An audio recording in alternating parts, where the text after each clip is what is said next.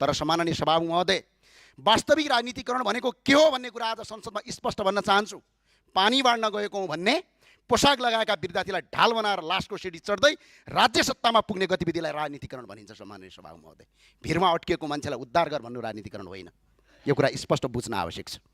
संसद भवन चाहिँदैन, संसदहरू चाहिँदैन भन्दै आगो लगाउने, तर पछि त्यही संसदको चुनाव लड्ने गतिविधिलाई राजनीतिकरण भनिन्छ।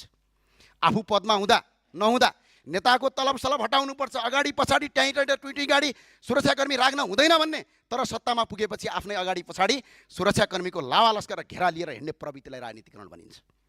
आफै सरकारमा बस्ने, आफै आफ्ना कार्यकर्ता लगाएर न्युरो र सञ्चार माध्यम र कार्य र प्रतिपक्षका घर अगाडि अवैधानिक पार्किङ गराउने, त्यसको भिडियो बनाएर सर्वसाधारणले गरेको भन्दै अल्गोरिदम फलाएर मिडियाबाजी गर्ने गतिविधिलाई राजनीतिकरण भनिन्छ। कर्णालीको भिरमा अड्किएर मर्न बाध्य नागरिकलाई उद्धार गर भन्नु राजनीतिकरण होइन।